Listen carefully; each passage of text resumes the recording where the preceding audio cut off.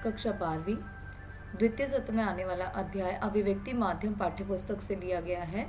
विशेष लेखन स्वरूप और प्रकार। विशेष लेखन स्वरूप और प्रकार। विशेष लेखन अर्थात विशेष लेखन क्या है? समाचार पत्र सामान्य समाचारों के अलावा साहित्य, विज्ञान, खेल इत्यादि की भी पर्याप्त जानकारी देते हैं।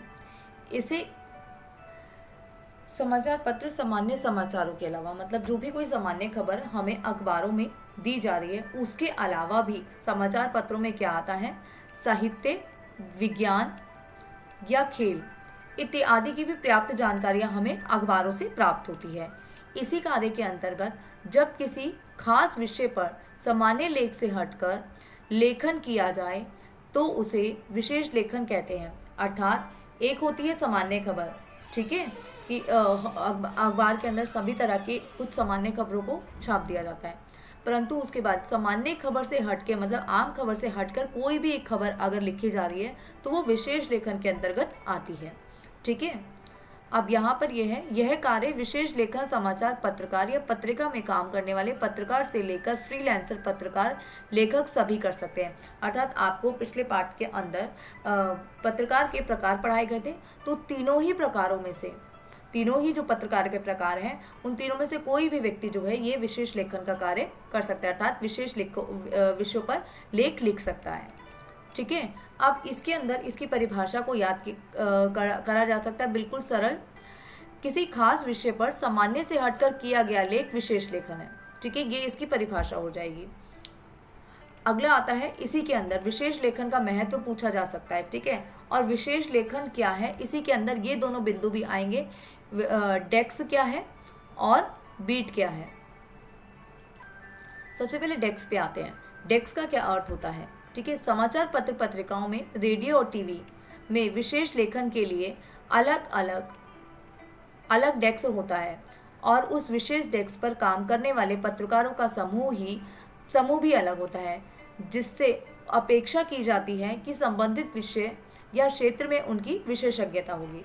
ठीक है, अर्थात सबसे पहले देखो समाचार पत्र पत्रिकाओं अर्थात समाचार पत्रों के लिए अगर कोई लिख रहा है, ठीक है, रेडियो के लिए कोई खबर बन रही है, टीवी के लिए बन रही है, उसके लिए हम एक विशेष लेखन किया जाता है। ठीक है, अर्थात आपको विशेष लेखन बता दिया गया कि इसके अलग अलग साहित्य जैसे एक क्षेत्र हो गया, विज्ञान एक क्षेत्र हो गया, खेल एक क्षेत्र हो गया, इसके अलग अलग क्षेत्र हैं। ठीक है, तो हमें एक डेस्क दे दिया जाता है, एक टेबल दे दी जाती है। ठीक है, अर्थात उस टेबल के ऊपर जो है बहुत सारे लोग होते हैं, मतलब उस टेबल पर बैठने वाले बहुत सारे लोग होते हैं, जिसमें से कि किस पर होते हैं, मतलब देखो समाचार पत्र के लिए लिखा गया तो एक अलग डेस्क है, रेडियो के लिए लिखा गया एक अलग डेस्क है, टीवी के लिए लिखा गया एक अलग डेस्क है, परंतु उसके साथ साथ क्या है, उसमें और अलग अलग डेस्क होते हैं जो क्या करते हैं, एक विषय के आधार पर अलग डेस्क होता है। जैसे विज्ञान वाले का अलग डेस्क है, खेल वाले का अलग डेस्क है, साहित्य वाले का अलग डेस्क है, इस तरीके से सबके अलग अलग डेस्क होते हैं। ठीक है, अब इस डेस्क पर क्या होता है कि एक विशेष लेखन पर ही जो है एक लेख तैयार होता है। जैसे साहित्य पर लिखा गया लेख, उस डेस्क पर बैठे सारे के सारे जो भी हमारे पत्रकार हैं वो सारे के सारे होंगे जो एक साहित्य के ऊपर लेख लिखेंगे। ठीक है, अब इसका जो समूह, पत्रकारों का समूह भी अलग होता है। अब जैसे साहित्य वाले का डेस्क अलग है तो इसका समूह अलग है, विज्ञान वाले का डेस्क अलग है, इसका समूह अलग है। ठीक है, और इनसे हम क्या अपेक्षा करते हैं कि जिस भी विषय या क्षेत्र के विषय में ये लिख रहे हैं, मतलब ये यही विषय है और यही क्षेत्र है, खेल का विषय हो गया और खेल ही इसका जो है क्षेत्र हो गया, इनके विषय में अगर कोई भी पत्रकार लिख रहा है तो उससे हम क्या उम्मीद करते हैं कि भाई उसे जो है उस विषय की संपूर्ण जानकारी हो, उसके अंदर उसने कुछ विशेषज्ञता प्राप्त कर रखी हो, अर्थात उसके पास कोई प्रशिक्षण होना चाहिए, उसने ट्रेनिंग ले रखी होगी, उसे इन सब चीज़ों की सारी समझ होगी। ये होता है डेस्क के ऊपर बैठने वालों का। ठीक है, कि उसने जो है विशेषज्ञता प्राप्त कर रखी है, अर्थात कोई ट्रेनिंग लेकर उसने उस विषय के अंदर पूरी की पूरी जानकारी प्राप्त कर रखी है। अब इसी डेस्क के साथ आता है बीट। बीट क्या होता है? संवाददाताओं के बीच काम का विभाजन आमतौर पर उनकी दिलचस्पी और ज्ञान को ध्यान में रखते हुए किया जाता है। ठीक है, अब एक बीट होता है, यहाँ पे हम कहते हैं कि संवाददाता ही बीट होता है। ठीक है, बहुत सारे संवाददाता हमारे पास होता है। अब ये सारे इतने सारे संवाददाता होते हैं, इतने सारे संवाददाताओं को किसको कौन सा जो है हम क्षेत्र दें। जैसे साहित्य एक क्षेत्र है, विज्ञान एक क्षेत्र है, खेल एक क्षेत्र है। तो मान लो हमने एक संवाददाता को साहित्य एक क्षेत्र दे दिया कि भाई इस हिस्से के अंदर जितने भी साहित्य की संबंधित खबरें होंगी वो सारी की सारी आप लेकर आओ, ठीक है। तो ऐसे आमतौर पर किसी विषय का विभाजन हम उनकी दिलचस्पी के आधार पर करते हैं, अर्थात जो भी संवाददाता है, जो भी व्यक्ति घटनास्थल पर जाता है, ठीक है, जो रिपोर्टर होता है घटनास्थल पर जाएगा, तो उसकी रुचि होनी चाहिए कि वो कौन सी घटनाओं की जो है या कौन सी खबरों को वो कवर करना चाहता है। अगर वो साहित्य से संबंधित सारी खबरों को कवर करना चाहता है तो हाँ उसकी दिलचस्पी है उसके अंदर, तो हमने उसे वही कार्य दे दिया। ज्ञान को ध्यान में रखते हुए किया जाता है, अर्थात हम क्या करते हैं, बहुत सारे संवाददाता होते हैं, तो बहुत सारे संवाददाताओं में से हमें किसको कौन सा कार्य देना है, किसको कौन सा क्षेत्र देना है, किसको कौन सा साहित्य का क्षेत्र देना है, किसको विज्ञान का क्षेत्र देना है, किसको खेल का क्षेत्र देना है। तो ये सारे क्षेत्रों का विभाजन हम कैसे करते हैं, एक तो उस संवाददाता की रुचि होनी चाहिए, दूसरा क्या होना चाहिए कि उसको जो है उस विषय की संपूर्ण जानकारी भी रखता हो, ठीक है, उसको उसका ज्ञान भी होना चाहिए। ऐसे नहीं कि जिसको किसी को भी उठा के आप कुछ भी दे दो, नहीं, उसके पास उसका ज्ञान भी होना चाहिए और उसकी उसमें दिलचस्पी होनी चाहिए। जब आपका ज्ञान भी और दिलचस्पी दोनों चीज साथ मिल जाती है तो आप एक अच्छे काम को करके देते हो, ठीक है। तो ऐसे ही संवाददाता जो घटना स्तर पर जाते हैं हम उसका चुनाव इस तरीके से करते हैं। फिर इसका एक उदाहरण दिया हुआ है,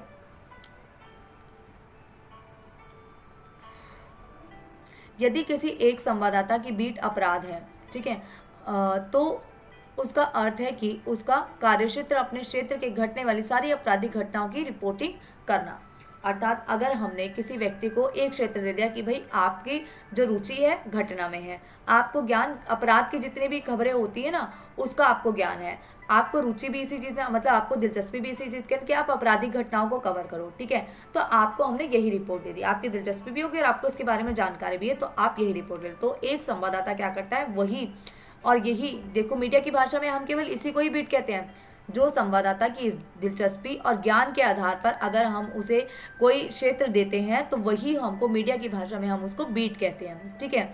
यदि किसी एक संवाददाता की बीट, अगर किसी एक संवाददाता की बीट जो है वो अपराध है तो वो क्या करेगा, उस एरिया के अंदर, उस कार्य क्षेत्र के अंदर जितनी भी आपराधिक जितनी भी खबरें होंगी, जितनी भी घटनाएं होंगी, उन घटनाओं को जाके केवल वही कवर करेगा, वही रिपोर्ट करेगा आके, ठीक है। वो जाएगा और पूरी की पूरी खबर को लेकर आएगा और लाकर क्या करेगा, डेस्क पर रख देगा। और डेस्क पर जितने भी हमारे पत्रकार होंगे वो पत्रकार जो है उस खबर को एक अच्छी खबर के रूप में दे देंगे और वो जो खबर वो लिखेंगे वही हमारा विशेष लेखन कहलाता है। अब विशेष लेखन के क्षेत्र, यही जो आपने पढ़ा विशेष लेखन क्या है, इस विशेष लेखन के अलग अलग क्षेत्र और विषय होते हैं, जैसे अर्थ, व्यापार, मनोरंजन, प्रौद्योगिकी, विदेशी, रक्षा, खेल, विज्ञान, कृषि, पर्यावरण, कानून, सामाजिक मुद्दे और अपराध, स्वास्थ्य आदि। मतलब इस तरीके की खबरों को जो है हम कवर करते हैं और इन सभी विषयों के ऊपर हम विशेष लेख लिखते हैं। अर्थात इसके अंदर ये तो आदि है, मतलब हमने कुछ ही खबरों को यहाँ पे लिया, कुछ विशेष खबरों को यहाँ पे लिया, इससे अधिक भी बहुत ज़्यादा है। तो हर एक विषय के ऊपर विशेष लेखन लिखा जा सकता है और हर एक विशेष लेखन के हर विषय के लिए हमारे पास एक डेस्क होता है और एक बीट होती है, ठीक है। इसके बाद आता है विशेषीकृत रिपोर्टिंग क्या है। अब विशेषीकृत रिपोर्टिंग क्या है, यह बीट रिपोर्टिंग से आगे की प्रक्रिया है, ठीक है। अर्थात जब हमको एक बीट ने, एक संवाददाता ने एक अपराध की मान लो एक रिपोर्ट हमें ला के दे दी है, उसके बाद हम क्या करते हैं, इसमें ना सिर्फ उस विषय की गहरी जानकारी होनी चाहिए बल्कि उसकी रिपोर्टिंग से संबंधित भाषा शैली पर भी पूरा अधिकार होना चाहिए।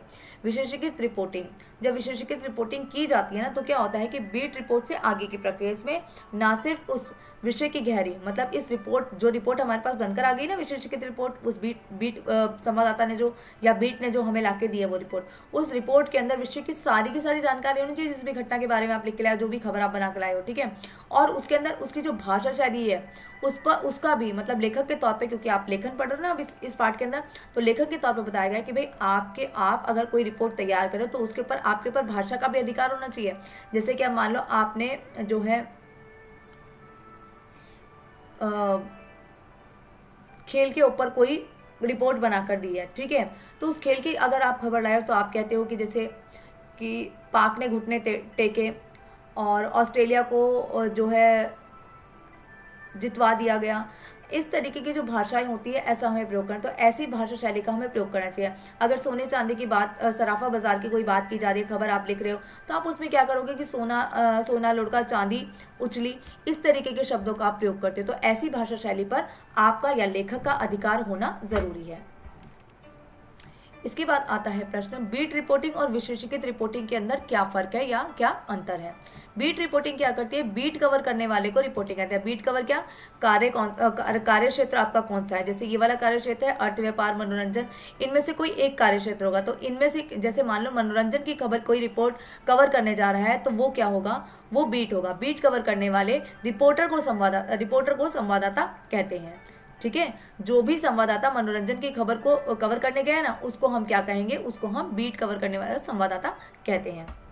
अब विशेषीकृत रिपोर्ट क्या होता है, इसे कवर करने वाले रिपोर्टर को विशेष संवाददाता कहते हैं। अब विशेषीकृत रिपोर्ट का है, विशेष रिपोर्ट लिखता है। ठीक है, किसी एक विषय पर गहरी छानबीन करने के बाद जो कोई रिपोर्ट बनती है उसको लिखने वाला जो होता है उसको हम विशेष रिपोर्टर या विशेष संवाददाता कहते हैं, जो ऐसी खबर की छानबीन करके रिपोर्टर को संपादक को ला के देता है, वो हमारा क्या होता है, विशेष संवाददाता होता है।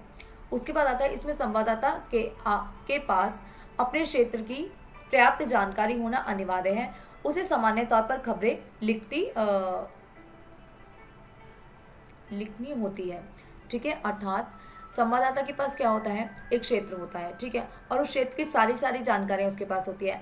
और जब उसके पास उस सारी की सारी सामान्य जानकारी, मतलब बहुत ज़्यादा गहरी कोई छानबीन नहीं है, मतलब ऊपरी तौर पे आपको कुछ जानकारियां होनी चाहिए और ये जानकारी होगी तो आप एक खबर को अच्छे से कवर कर आ जाओगे। परंतु विशेषीकृत रिपोर्ट के अंदर क्या है, इसमें संवाददाता को सामान्य खबरों से आगे बढ़कर उस क्षेत्र से जुड़ी सूचनाओं को बारीकी से विश्लेषण कर पाठकों के लिए उसका अर्थ स्पष्ट करना होता है। अब देखो, एक रिपोर्ट है सामान्य रिपोर्ट तो आसानी से समझ में आता है। ठीक है, परंतु विशेषीकृत रिपोर्ट में क्या होता है कि आप किसी रिपोर्ट की गहराई में जा रहे हो, उसकी आपने खोजबीन कर दी। ठीक है, अब आपने जब उसकी छानबीन किया, उसकी खोज करी, तो उसके बाद क्या है, आपकी जो सूचना है वो बिल्कुल सटीक होनी चाहिए और बिल्कुल बारीकी से आपने उसको बताया गया हो। मतलब सटीक होगी, सीधी बात आप बताओगे, परंतु गहराई में जो आप गए हो ना जिस बात की, उस बात को आप अच्छे से एक्सप्लेन करोगे कि भाई यहाँ पे ये वाली घटना इस तरीके से हुई और इसके क्या क्या कारण थे, और उसकी छानबीन आपने जिस भी तरीके, मतलब उसको काट छाट के अच्छे से उसकी तह तक गए और उसको जो है लेकर आए सामने, और फिर उसको सामने जो लेकर आए ना उसको आप स्पष्ट भी करोगे कि मतलब पाठक जब भी उसको देख रहा है या दर्शक उस खबर को अगर देख रहा है, ठीक है, जो रिपोर्ट आप बना रहे हो उसको आपको दिखाया जाएगा, आप उसको अखबार के अंदर छापोगे, तो उसमें इतनी स्पष्टता होनी ही चाहिए कि पाठक को जो है वो अच्छे से समझ में आ जाए। विशेष लेखन की भाषा शैली पर प्रकाश डालिए। अब विशेष लेखन की भाषा शैली कैसी होनी चाहिए, तो विशेष लेखन की भाषा शैली कैसी होनी चाहिए, बिल्कुल सरल सा है, ये तो हमें पता ही है। ठीक है, आगे आते हैं, विशेष लेखन की भाषा ऐसी होनी चाहिए कि जिससे पाठकों को समझने में कठिनाई ना हो। मतलब हम बिल्कुल ऐसी सरल और सहज भाषा का प्रयोग करें कि भाई पाठकों को बिल्कुल आसानी से जो है बात समझ में आ जाए, उसको कोई कठिनाई का अनुभव ना करना पड़े। विशेष लेखन की भाषा और शैली कई मामलों में सामान्य लेखनों से अलग होती है। मतलब एक सामान्य खबर जो हम बताते रहते हैं ना पूरे दिन, उस खबर से थोड़ी सी हटके होनी चाहिए इसकी भाषा शैली, और इसीलिए भाषा शैली को अलग से बताया गया है। शब्दावली, इसकी शब्दावली कैसी होनी चाहिए, हर क्षेत्र की अपनी तकनीकी शब्दावली होती है। लेखक को इससे परिचित होना चाहिए तथा पाठक को भी इससे परिचित होना चाहिए। मतलब इसका जो है क्या होता है, जैसे एक खबर है सराफा बाजार, सोना चांदी की खबरें अगर हम बता रहे हैं, ठीक है, तो सोना चांदी की जब हम खबर बता रहे हैं तो हम क्या बताते हैं कि इसके जो है इसका जो पाठक वर्ग है वो अलग होगा। ठीक है, सोना चांदी की खबर देखने वाला सबको तो कोई रुचि नहीं है ना उसके अंदर, तो उसका पाठक वर्ग अलग हो गया। मान लो अगर हम खेलों की बात करें, अगर खेल की खबर है तो खेल की खबर, खेलों में तो सबको रुचि नहीं होती, पर जिसको रुचि होगी वो जरूर देखेगा। ठीक है, तो अब जैसे होता है कि खेल की जितनी भी खबरें होती है सबकी अपनी अलग अलग भाषा होती है। ठीक है, उसके अंदर अलग तरीके के शब्दों का प्रयोग किया जा रहा है, जैसे कि वाइट बॉल हो गई। ठीक है, आप क्रिकेट की बात कर रहे हो तो ऐसे क्या है, इसकी जानकारियां सबको नहीं होगी, परंतु पाठक वर्ग जो खेल के अंदर रुचि रख रहा है उसको उसकी भाषा की जानकारी होगी, और उसको जो लिख रहा है उस खबर को, उस लेखक को भी उसकी जानकारी होगी, और दोनों को जानकारी होती है, इसलिए इसकी भाषा शैली थोड़ी सी अलग भी होती है जो सामान्य लोगों की समझ से बाहर होगी।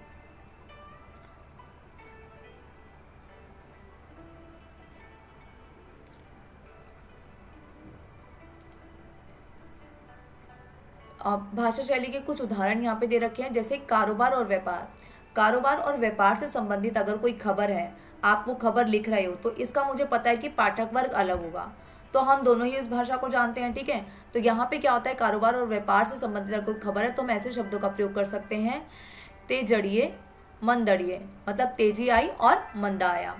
राजकोषीय घाटा, ठीक है, राजकोष के घाटे की बात की गई है।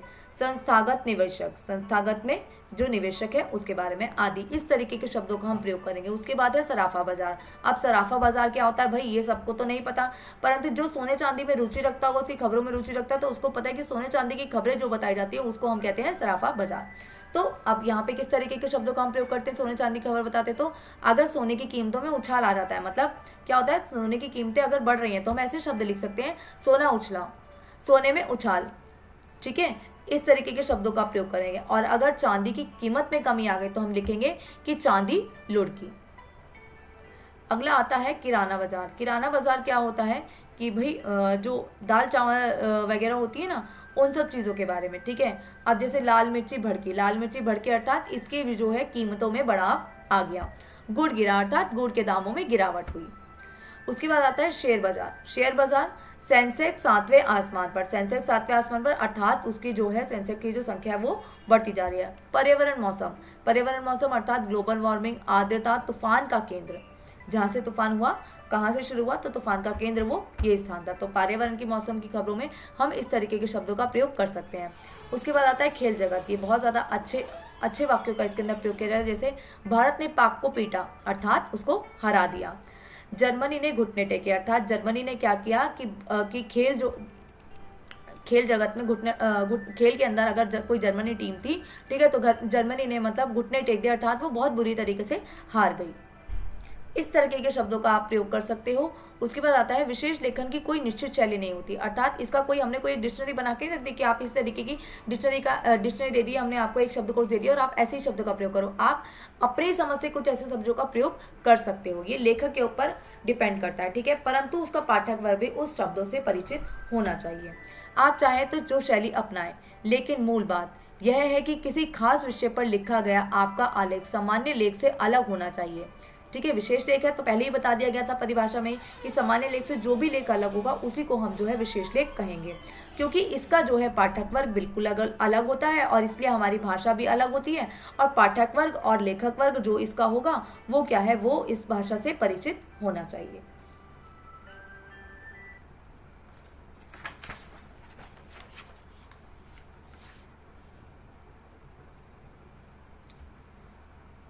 अगला प्रश्न है विशेषज्ञता। विशेषज्ञता का क्या अर्थ है या विशेषज्ञता से क्या अभिप्राय है? तो विशेषज्ञता क्या होती है, व्यावसायिक रूप से प्रशिक्षित ना होने के बावजूद, अर्थात हमने व्यावसायिक रूप से हमने किसी चीज़ पर ट्रेनिंग नहीं ली है, परंतु उसके बाद भी अगर मेरे को विशेषज्ञता किसी चीज़ के अंदर प्राप्त करनी है, मतलब मैं उस चीज़ के बारे में सारी की सारी जानकारी, उस विषय के बारे में सारी जानकारी प्राप्त करना चाहता हूँ, तो आप क्या करोगे, उस विषय की जानकारी और अनुभव के आधार पर अपनी समझ को एक हद तक विकसित करने की सूचना की सहजता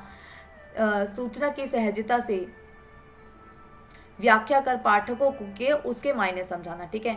मान लो आपको किसी चीज़ की समझ नहीं है, आपने उसके प्रति कोई ट्रेनिंग नहीं ली, आप साहित्य से रुचि नहीं रखते, आपने साहित्य के विषय में नहीं पढ़ा, ठीक है, परंतु आप क्या चाहते हो, आपने कोई ट्रेनिंग नहीं ली, परंतु आप क्या चाहते हो, आप पाठकों को उस विषय में बताना चाहते हो, तो आप क्या करोगे, आप अपनी जानकारी को, अपने ज्ञान को जो है बढ़ाओगे उस विषय में, कैसे करके, किसी भी तरीके से आप बढ़ाओ, परंतु आप उसकी जानकारी आप प्राप्त करोगे और फिर उस जानकारी से आप क्या करोगे, उसको एक सूचना बनाओगे और फिर बड़ी ही एक अच्छे तरीके से जो है आप उस खबर को जो है पाठकों तक पहुंचा रहे हो, ठीक है। उस खबर की पूरी व्याख्या पाठकों के समक्ष रखते हो, तो ऐसे आप विशेषज्ञता प्राप्त करते हो। आपने कोई ट्रेनिंग ली नहीं रखी है, परंतु आप अपने अनुभव और समझ के आधार पर आप अपनी समझ का विकास करो उस विषय पर और फिर उस खबर को जो है आप पाठकों के समक्ष रखते हो, तो इसको कहते हैं विशेषज्ञता प्राप्त कर लेना, जो पाठक ने जो विशेष लेखन का हमारा जो लेखक है उसने स्वयं जो है उस विषय में जानकारियों को प्राप्त किया। अब क्या प्रश्न उठता है कि विशेष लेखन के लिए विशेषज्ञता कैसे हासिल की जाती है। अब जो लेखक है उसने अपना विषय बदल लिया मान लो, ठीक है, या कोई नया लेखक आने वाला है और उसको क्या करना है, उसको कोई लेख लिखना है इस विषय में, तो फिर वो क्या करेगा भाई, उसके लिए हम क्या कर सकते हैं, आपको उसके लिए खुद पढ़ना होगा किसी भी तरीके से, ठीक है। तो आप कैसे पढ़ोगे खुद, यहाँ पे वही बात बताई गई है कि आप कैसे उस विषय के अंदर पूरी की पूरी विशेषज्ञता को प्राप्त कर सकते हो। उस विषय में लेखक की रुचि होनी चाहिए, अर्थात जो लेखक है उस विषय में रुचि नहीं लेगा तो उसे समझ नहीं पाएगा। ठीक है, तो पहले तो आपका इंटरेस्ट उसके अंदर पूर्ण रूप से बना होना चाहिए।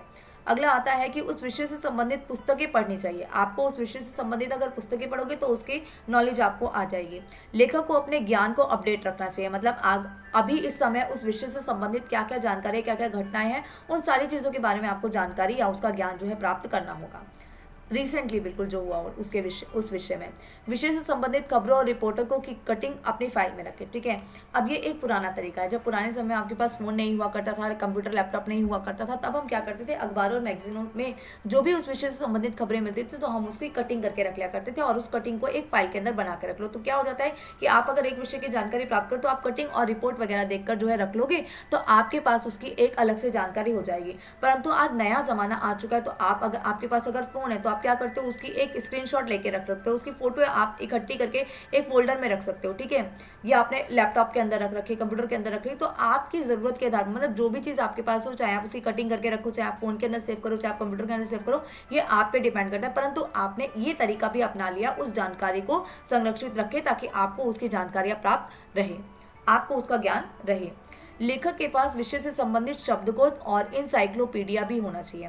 अर्थात लेखक के पास अगर ये दोनों चीजें होती हैं तो क्या होता है कि आपके पास जो है शब्दकोश होगा, तो किसी शब्द का अगर आपको अर्थ नहीं समझ में आ रहा तो आप आसानी से उसको पढ़ लोगे। और इंसाइक्लोपीडिया भी होना चाहिए कि अगर आपको शब्द से संबंधित संपूर्ण जानकारी चाहिए, वो क्या है, कैसा है वो शब्द, तो आपके पास इंसाइक्लोपीडिया भी होना चाहिए। उसके बाद आता है कि लेखक के पास इस विषय से संबंधित सरकारी और गैर सरकारी संगठनों के नाम होने चाहिए। मतलब एक होता है ना कि आपने विशेषज्ञता प्राप्त कर ली, ठीक है, अब आपको किसी तरीके से उस खबर की तह तक जाना है, तो आपको सरकारी और गैर सरकारी संगठनों के नाम भी पता होना चाहिए कि भाई मेरा काम जो है कौन निकलता है। एक सीधी सी बात होती है कि आपको अगर सीधी उंगली से घी नहीं निकलता तो आपको उंगली को टेढ़ी करनी पड़ती है, तो इसलिए यहाँ पे एक सरकारी और गैर सरकारी संगठनों के नाम की एक सूची आपके पास होनी चाहिए। आपके पास पते होने चाहिए और फोन नंबर होने चाहिए कि कैसे कैसे आप किन किन लोगों से जो है इस खबर की जानकारियों को प्राप्त कर सकते हैं।